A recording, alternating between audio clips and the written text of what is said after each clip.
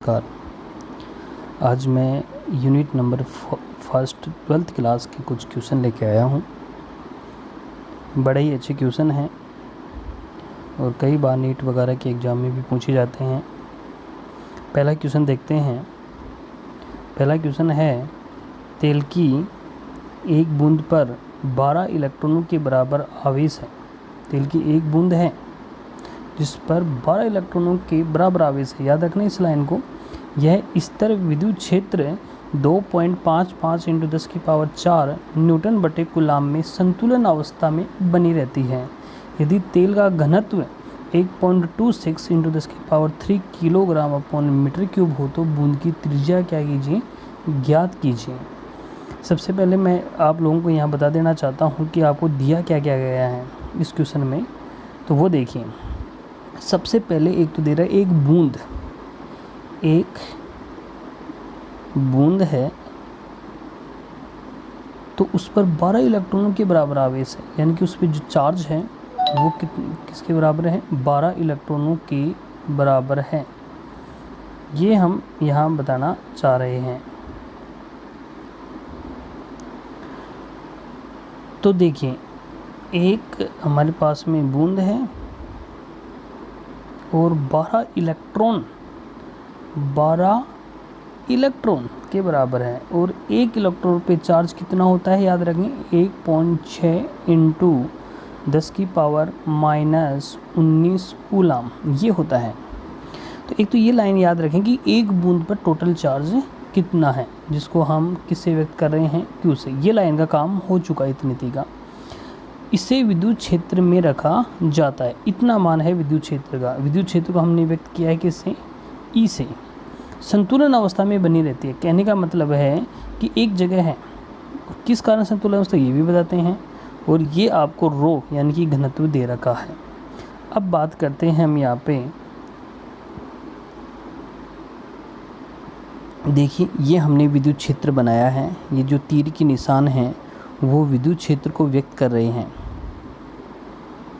विद्युत क्षेत्र, ये पूरा विद्युत क्षेत्र है हमारा, और विद्युत क्षेत्र का मान प्रश्न में दे रखा इतना है 2.55 × 10⁴ न्यूटन बटे कूलाम। अब बात करें कि बूंद है ना वो संतुलन अवस्था में है। तो आप लोगों को बता दूं कि जो हमने बूंद ली है उस पे जो चार्ज है वो 12 इलेक्ट्रॉन के चार्ज के बराबर है, जो मैं आपको बता चुका हूँ। तो इलेक्ट्रॉन पे चार्ज नेगेटिव होता है, और आपको हम पहली क्लासों में बता चुके हैं जब किसी नेगेटिव चार्ज को विद्युत क्षेत्र में रखा जाता है तो विद्युत क्षेत्र के विपरीत दिशा में, कौन दिशा में, विपरीत दिशा में बल लगता है। अगर मैंने यहाँ चार्ज को रख दिया है तो बल इसका ऊपर की तरफ लगेगा। और कितना बल लगता है, जब क्यू आवेश को ई विद्युत क्षेत्र में लग देते हैं तो क्यू ई फोर्स लगेगा, तो ऊपर क्यू ई लगेगा। अब बूंद है, बूंद में द्रव्यमान कितना है, m है, और गुरुत्वाकर्षण के कारण mg किधर लगता है, नीचे की ओर लगता है, क्योंकि गुरुत्वाकर्षण हमेशा नीचे होगा। तो अगर ये ऊपर वाला बल नीचे वाले बल को संतुलित कर देता है, डायरेक्शन दोनों की विपरीत है, और ये दोनों अगर बराबर हो जाते हैं तो उसे कहते हैं संतुलन अवस्था। दोबारा सुन लीजिए, अगर क्यू आवेश को विद्युत क्षेत्र ई में रख देते हैं तो उस पर विद्युत बल लगता है। अगर नेगेटिव है तो विद्युत क्षेत्र के विपरीत जाएगा, तो ये विपरीत है। विद्युत क्षेत्र क्या है, नीचे है। जो लाल है वो विद्युत क्षेत्र है, जो नीला है, जो काला है वो हमारा विद्युत बल है। और अगर ये दोनों बल बराबर हो जाते हैं तो उसे कहते हैं संतुलन अवस्था। अब बात करते हैं, ये आप लोगों को पढ़े हुए हैं कि बूंद का आयतन, बूंद गोलाकार है तो v बराबर होता है 4/3 πr³, और घनत्व का सूत्र होता है ρ बराबर m/v। तो यहाँ से m निकालें तो ρ v हो जाएगा, और ρ और v का सूत्र होता है 4/3 πr³। बूंद पर आवेश 12e, जो मैंने ऊपर भी बता दिया है, क्योंकि एक बूंद पे जो चार्ज है वो 12 इलेक्ट्रॉनों के बराबर है, और एक इलेक्ट्रॉन पर चार्ज इतना होता है।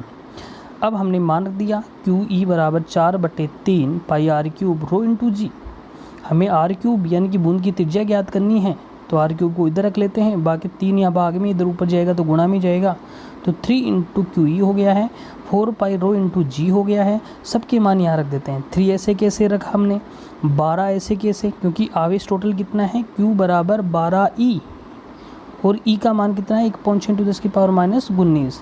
फिर विद्युत क्षेत्र है हमारा 2.55 × 10⁻⁴ और फिर 4 पाई का मान इतना होता है, रो इतना दे रखा है प्रश्न में और 9.8। सबको हल किया हमने तो वैल्यू आती है r³ की इतनी, और जब r³ को करते हैं हल तो हमारे पास में वैल्यू आती है इतनी r³ और r को इधर लेके जाते हैं तो ये हो जाता है घनमूल।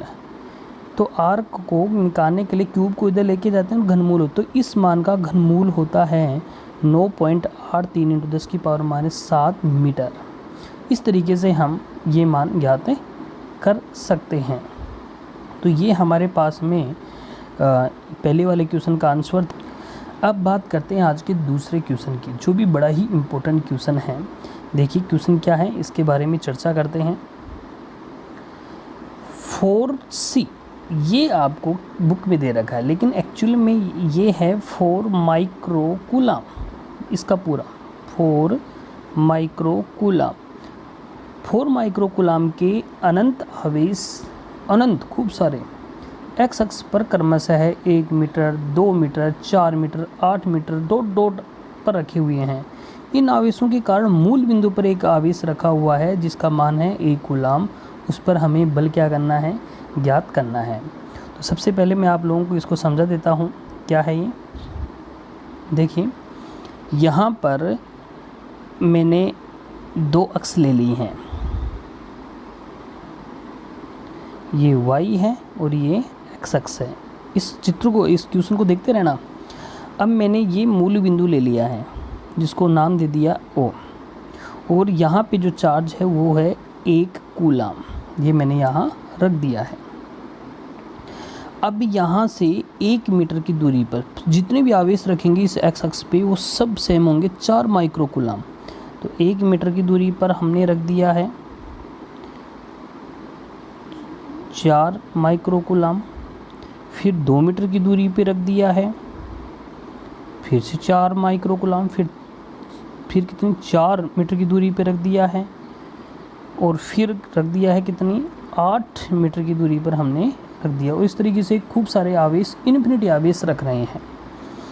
तो इसको हम नाम दे देते हैं Q0, और ये जो जितने भी आवेश रखे हुए हैं उनको नाम दे देते हैं Q। तो आप लोग देख रहे हैं यहाँ पे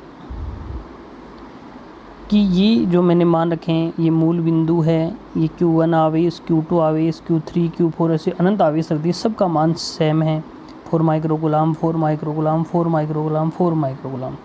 यहाँ 1 मीटर, 2 मीटर, 4 मीटर की दूरी पर रखे हुए हैं। बल आप लोगों को बता दूं कि हमेशा ये भी पॉजिटिव चार्ज हैं, ये भी पॉजिटिव चार्ज है, तो प्रतिकर्षण लगेगा, और प्रतिकर्षण हमेशा ज़्यादा से किधर लगता है, कम की ओर। तो ज़्यादा ये है, कम ही है तो कम की ओर। तो इस सारे हैं वो इस डायरेक्शन में लगेंगे, और ये डायरेक्शन है नेगेटिव डायरेक्शन। निर्देश तंत्र में नेगेटिव होता है और इधर वाला पॉजिटिव होता है, तो नेगेटिव में है, इसको हम -i से व्यक्त करते हैं। तो डायरेक्शन जितने भी होंगे, जितने भी बल होंगे उन सब की डायरेक्शन होगी -i, यानी कि इस दिशा में, पश्चिम दिशा में। तो ये देखो हमने यहाँ दर्शा रखा है कि जितने भी टोटल बल हैं उन सब की दिशा क्या है, -i, यानी कि पश्चिम की ओर होगी।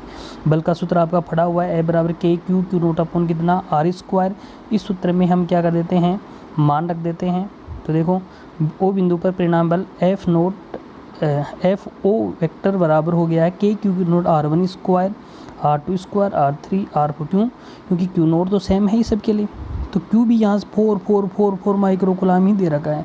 -i समझ ही गए होंगे कि इन सब बलों की दिशाएं इधर हैं, क्योंकि ये 4 ज़्यादा हैं, 4 ये 1 है, तो ये इस पर बल लगाएंगे तो इस कंडीशन में लगेंगे, और प्रतिकर्षण यानी कि दूर भगाने की कोशिश करेंगे।